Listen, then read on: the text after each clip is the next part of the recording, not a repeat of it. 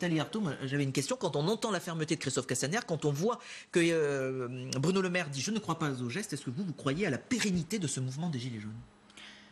D'abord, moi j'ai envie de demander quelle dérive. Franchement, on voit des points de blocage, on voit effectivement des salariés, des chômeurs, des auto-entrepreneurs très en colère. Et moi, cette colère-là, effectivement, je la partage. Je pense qu'elle est légitime. On les voit déterminés. Simplement, le gouvernement choisit effectivement d'évacuer certains points de blocage. Il se reforme ailleurs. Voilà. Donc c'est de la détermination. Et moi, je pense que cette colère, bien sûr qu'elle va durer. Parce que vous savez, c'est la crise. C'est la crise qui s'abat sur toute la société, sur l'ensemble du monde du travail. C'est les licenciements, c'est les salaires qui sont bloqués, c'est le recul des services publics, c'est effectivement ces petites entreprises aussi qui en prennent finalement plein la figure de cette crise. Donc la réalité, c'est que cette colère, elle est multiforme et elle va continuer de s'exprimer. Bien sûr, aujourd'hui d'ailleurs, vous avez vu, il y a un mouvement des infirmières, oui. Il y a un mouvement à Pôle emploi. Moi, je milite. Et ce que j'espère... alors donc, on rassemble tout à la fois dans ces mouvements. Au risque de les rendre illisibles. Ça a commencé sur les carburants. Là, vous voyez les infirmières peut-être, et puis Pôle emploi. On prend tout, on met tout ensemble. Je pense qu'il y a clairement quelque chose qui unifie tout ce mécontentement, c'est le problème du pouvoir d'achat. C'est le fait qu'aujourd'hui, justement, les salaires, ils sont trop bas. Ils sont bloqués depuis des années et des années à un niveau beaucoup trop bas, insuffisant, exactement comme les pensions de retraite. Aujourd'hui, un grand nombre de salariés, tout en bossant, n'arrivent plus à joindre les deux bouts. Et pourtant, voilà. Nathalie Arthaud, je vous répondrai que les prix à la pompe baissent, qu'il y a eu un effort, je parle sous votre contrôle, sur les cotisations. Non, mais factuellement, pour beaucoup de salariés, le revenu augmente, la taxe d'habitation, beaucoup de Français aussi ne la payent plus cette année. Non, mais c'est pas vrai, ça n'augmente que pour la frange la plus riche de la société, c'est-à-dire ceux qui en ont précisément pas besoin. Pas le geste sur les salaires, en l'occurrence, ça concerne tous les salariés français. Attendez, 7 euros, 10 euros, quand vous êtes à 1 200 € par mois, ça rime à rien. C'est pas ça qui peut vous permettre d'avoir la tête hors de l'eau. La réalité, c'est que cette situation, ce recul de la condition ouvrière, il dure effectivement depuis des années et des années, et que là, on atteint un point de rupture. Voilà. Et moi, quand j'entends effectivement des retraités, des gens qui ont travaillé toute leur vie, expliquer qu'ils doivent s'en sortir avec 800, 900 € par mois, comment peuvent-ils faire ? Des salariés à temps partiel, ou alors qui vont de petit boulot en petit boulot, qui n'arrivent pas à nourrir leurs enfants, qui doivent aller au restaurant du cœur. C'est ce qu'on a entendu depuis des jours et des jours, et c'est ça la réalité. Oui, mais là, vous nous décrivez une France qui souffre, bien sûr, mais c'est une France de classe moyenne qu'on voit aussi dans la rue. Et les gilets jaunes, pas forcément ceux qui sont à quelques euros à la fin du mois et qui expriment là leur colère. C'est pas forcément celle-là, la France qui est dans la rue. On les a entendus, vous les avez entendus comme moi, si vous avez écouté tous ces reportages. Et c'est une frange de travailleurs, effectivement, de salariés.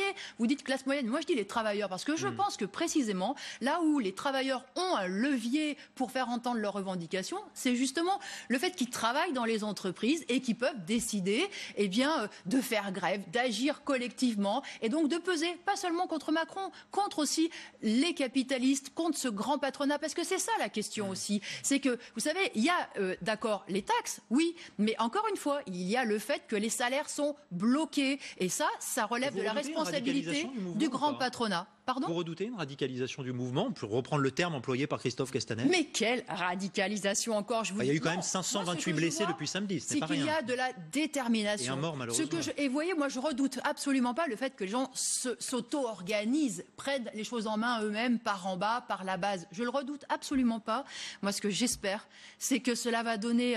cela va servir d'exemple à bien des travailleurs qui se retrouvent tous les jours sur les entreprises, dans les usines, pour que justement ils discutent ensemble et pour qu'ils reprennent confiance dans le fait que, oui, il suffit d'être un certain nombre à vouloir agir. Collectivement, on peut avancer, on peut construire un rapport de force. Donc moi, j'espère que ce rapport de force, il va se traduire aussi, effectivement, dans les entreprises et sur une revendication qui unifie. Parce que l'indexation des salaires et des retraites sur les prix, je pense que c'est une revendication qui unifie, effectivement, l'ensemble des mécontents. François-Xavier Pietri. Il faut rappeler quand même que le point de départ, c'était les taxes carburant. Aujourd'hui, ce que demandent essentiellement les Gilets jaunes, d'ailleurs, c'est la fin, le stop sur les taxes carburant. Est-ce que ça veut dire qu'il faut renoncer à la transition énergétique ? Est-ce qu'on est dans cette période-là ? Enfin, moi, je crois que c'est très clair pour tout le monde. Cette histoire de transition énergétique, c'était la Libye. C'était la Libye du gouvernement pour nous faire les poches. Écoutez, c'est quand même dingue parce que dans toutes ces entreprises, dans toutes ces villes moyennes du pays, on ferme des guichets de poste, on ferme des petites gares, on ferme des écoles, on ferme des centres des impôts. Aujourd'hui, là, et le gouvernement va dire, il faut se désintoxiquer de la voiture. Mais quelle blague! Il force les salariés à finalement faire de plus en plus de kilomètres pour tout, pour se soigner, pour s'éduquer. Donc il n'y a pas le choix. Et le gouvernement le savait très bien. Les gens allaient payer plus. Donc effectivement, ça c'est une escroquerie. Donc bien, moi on le voit. D'ailleurs, beaucoup de gilets jaunes disent eux aussi sont préoccupés par l'environnement. Mais c'est sûrement pas comme ça qu'on pourra changer les choses. Nathalie Arthaud, vous restez avec nous. On reste bien sûr sur LCI et dans LCI Midi en particulier, au plus près de ce mouvement des gilets jaunes. Il y a une autre actualité importante, c'est celle qui concerne Carlos Ghosn. Les suites de cette affaire, parlons-en avec vous de cette descente aux enfers. François-Xavier Pietri, jusqu'à ce week-end, il était l'un des patrons les plus puissants du monde. Il est toujours en garde à vue, ça peut quand même durer 3 semaines au Japon. Et voilà que Bruno Le Maire a demandé une gouvernance intérimaire chez Renault. C'est une affaire qui peut mettre en danger l'alliance Nissan-Renault? Alors, il est lâché aujourd'hui par le gouvernement français, mais en même temps, ça ne peut guère être autrement, puisque Carlos Ghosn est déchu de ses fonctions, si je puis dire, chez Nissan et chez Mitsubishi. Ce qui est clair, c'est que chez Nissan, et même dans la haute administration japonaise, on est depuis très longtemps agacé par l'alliance Renault-Nissan, parce qu'elle met à peu près sur le même pied les deux groupes, alors que Nissan pèse à peu près 2 fois plus lourd que Renault, pas 2 fois plus lourd, mais 92 milliards de chiffre d'affaires pour Nissan et 60 milliards pour Renault. Vous voyez, c'est Carlos Ghosn qui a permis, d'une certaine façon, cet équilibre. C'est lui qui est garant un peu de cette alliance. Et ça, c'est la question qui se pose aujourd'hui. Quel va être le jeu des pouvoirs demain? Qui va prendre la main? Est-ce que ce sont les Japonais? Et c'est un sujet qui remonte au plus haut niveau de l'État, puisque, je le rappelle, le gouvernement, l'État français a 15% du capital.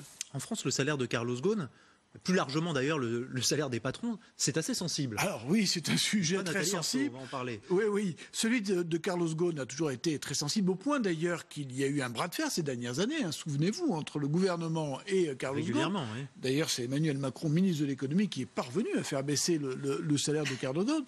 30%, quand même 13 millions.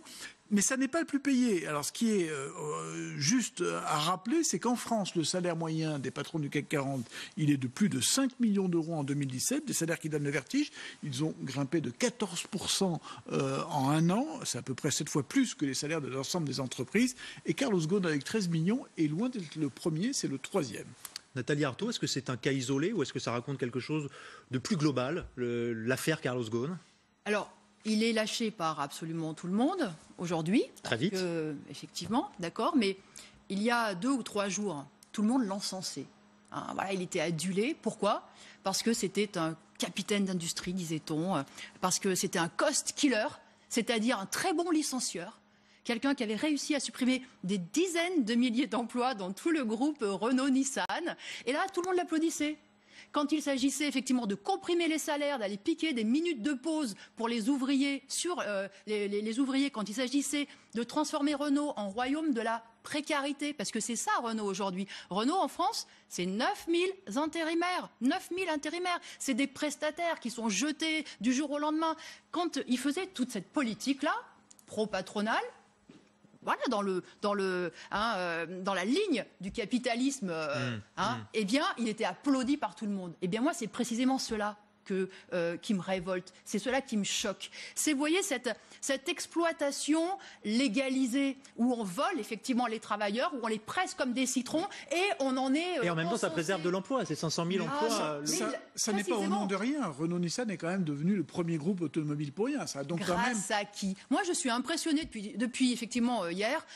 Oui, Carlos Ghosn il a vendu combien? 5 millions de voitures avec ses petites mains. C'est lui qui les a fabriquées avec ses petites mains. Il y a des centaines de milliers d'ouvriers, de travailleurs qui ont sué pour ça. Et comment sont-ils rémunérés? Eh bien, pas suffisamment, y compris, regardez le nombre de... Il suffit de faire 6 mois, 7 mois sur les chaînes de montage. Il y a d'ailleurs que des intérimaires sur les chaînes de montage de Renault aujourd'hui. Et on a le dos en compote. Donc voilà la situation. Eh bien moi, c'est ça qui me choque, voyez-vous. Et voilà, j'ai envie de dire, mais ça, effectivement, c'est l'exploitation normale, institutionnalisée, c'est tout à fait légal, donc on ne dit rien. Eh ben moi, je pense que ça fait aussi partie du mécontentement qu'il faut exprimer aujourd'hui. Ça suffit, cette exploitation, pour une minorité, pour des salaires délirants, hein, franchement. 15 millions par an, voilà, c'est délirant. Et je ne parle pas des actionnaires qui s'en mettent encore plus dans les poches. Merci beaucoup, Nathalie Arthaud, d'avoir accepté l'invitation d'LCI Midi, d'avoir réagi à ces deux principaux sujets que sont les Gilets jaunes et le cas Carlos Ghosn, même si ils n'ont évidemment rien à voir directement l'un avec l'autre. Vous restez avec nous. Donc merci Nathalie Arthaud. Nous passons à la météo. Il fait froid. Il y a même de la neige par endroits.